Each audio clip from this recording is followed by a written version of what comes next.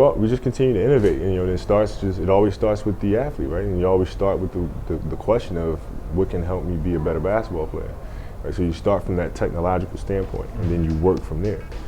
How you doing, man? How you Doing doing? all right, man. Doing all right. How's everything progressing as far as like the injury and everything? Are you training now? It's progressing slowly.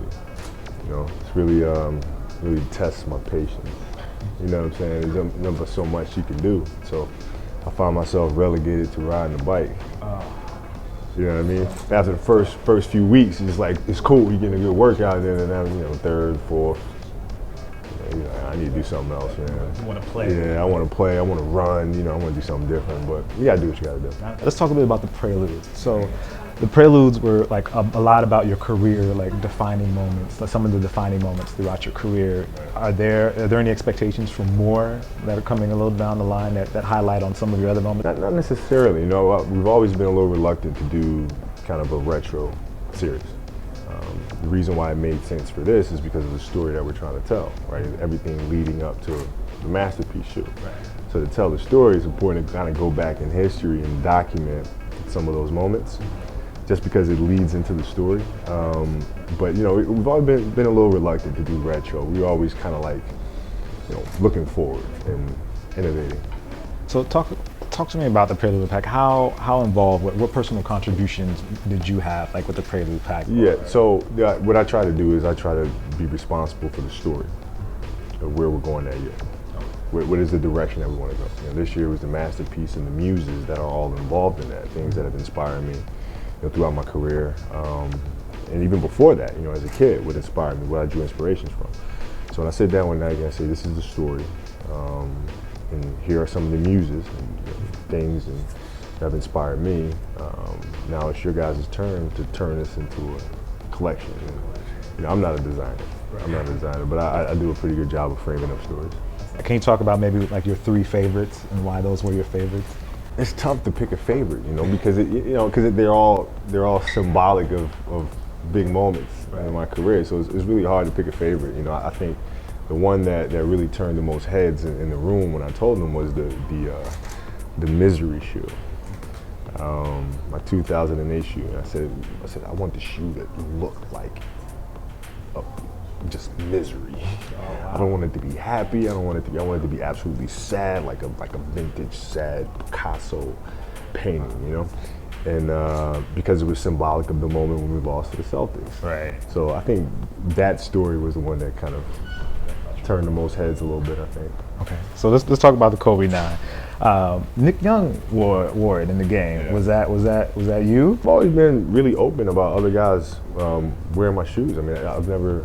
I always kind of looked at it as, a sign of, we're doing something right. Because the guys want to wear it, that means the shoe's comfortable. It's not necessarily about, oh, you're wearing my shoes. It's more so like, hey, if you're wearing it, that means we must be doing something right. Under Nike basketball, you have both KD and LeBron that are all like signature athletes. Is there any like kind of competition as far as the shoe wise? You're like, no, I can't. No, I don't think so. It's. I think Nike does an incredible job of just listening to the voice of the athlete. And, the athlete really determines the direction that their brand or their line goes down. And, because of that, we're all different in personalities. Right. And just philosophies as a whole. So, the direction is going to be completely different. And I think because of that, you really don't see any direct competition, as it pertains to our lines. And, I support LeBron stuff. I support KD stuff. When we're around, we always talk and kind of, share ideas and concepts, around each collection. So it's good. That's what I was going to ask about sharing ideas. You guys kind of talk to each other like, oh, this worked well for me. For like you, I noticed that you like the Lunar Lawn and Zoom mix versus like the Air Max. Like, what is it about that mix that you prefer as opposed to like an Air Max? Well, I feel like it gave me more flexibility in terms of having the ability to innovate. I felt like if I started with the Air, it kind of restricted me in terms of where I wanted to go. Because of the Zoom, I have more ability to play around with the insoles. I have more ability to kind of play around with the general structure of the shoe and also the aesthetic of the shoe. So that's why I've kind of been more of a Zoom guy. A big part of the story is the artistic angle, is like these art pieces, like this master art piece. Can you talk a little bit about the art of basketball and like how you apply that to your signature line? Well, because we're creating. this is in all facets of life. I mean, I think that's the genesis of this concept is that we all create in our own form of fashion. And basketball certainly is, something that's, you're creating a live work of art. Right. And sometimes you might create a masterpiece, sometimes you might create something that's just absolutely atrocious. But you can't take it back. Right? So that's the ultimate art. How do you feel about like just the process of creating? Do you feel like it's better to create and then deal with the circumstances based on just creating? Yeah, I enjoy the creation aspect of it. The journey is always much more enjoyable. Like now, the 9 is complete, and I'm already focused on completing the 10. Don't go to the 10 yet. Don't go to the 10 yet. I got a question. We're down to the 11 and the 12. So, That's good to know. That's good to know. Are there any artists in particular that you're inspired by? Yeah, I mean, there's several artists. If we go back, if you look at some of the muses that I've drawn from with this particular project, this collection, you'll find Beethoven, you'll find Picasso, you'll find Michelangelo. You have artists as well as Beethoven and Michael Jackson. And, there's a lot of different areas that I've pulled from, and the flexibility. I mean, it just goes on and on and on. You mentioned Michael Jackson. Are we gonna see some Michael Jackson 9s? Will we see a Michael Jackson? You'll see a Michael Jackson inspired.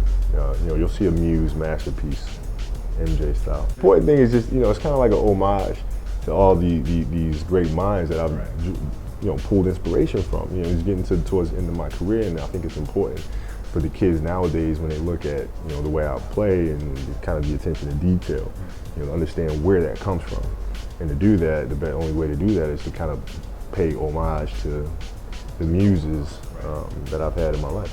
I was watching online, you had an interview with Russ, and in the interview, I don't know if you were supposed to say this, but you were like, yeah, Kobe 9 Low, we're working on something. Is there anything that you can talk to us about as far as the low top version of the Kobe 9? Yeah, I mean, it's obviously, low is something that I decided to do in 2009, which, turned a lot of heads. Was met with a lot of uncertainty. It since has really latched on to the culture. So that's an area of the business that we're not going to go away from. I'll put it to you that way. Okay, well that's good to hear. And finally, let's talk about, since you said it, Kobe 10. Well, not since you said it, I had a question already. Kobe 10. Will the 10 be as dramatic a change as the Kobe 9? Like, this is the elite, tie, and it's inspired by the boxer boot, as you said, and it has the fly knit and the Lunarlon and the zoom, and it's a great package altogether. And it seems like, where do we go from there to the Kobe 10? Well, we just continue to innovate, and it always starts with the athlete, right? And you always start with the question of what can help me be a better basketball player. Right? So you start from that technological standpoint, and then you work from there. I have the story already framed up. I know what the story is going to be. The aesthetic of the shoe, I know what the aesthetic is going to be. The technology in the shoe is going to be absolutely crazy.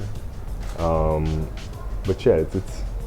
When we're listening, go ahead. The camera's on. You can go ahead. We just continue to push it, right? I mean, that's what we do. We just continue to push it and push it and push it, and try to solve problems that athletes may encounter. Now, as a Laker fan, I'm a Laker fan. Is there any idea when we'll see you back on the court? It's really tough to say, man. These injuries are really weird, and I've never had this kind of a fracture before, and you're almost at the mercy of the bones, because there's nothing that you can do to speed up that process. You almost just have to sit and just wait for the bones to heal, and go from there.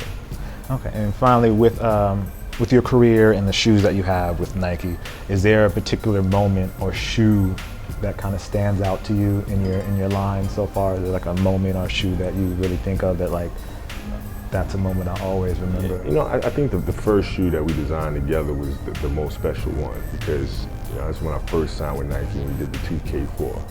And that one coming off of the inspiration of a great white shark. And me kind of using that as a muse.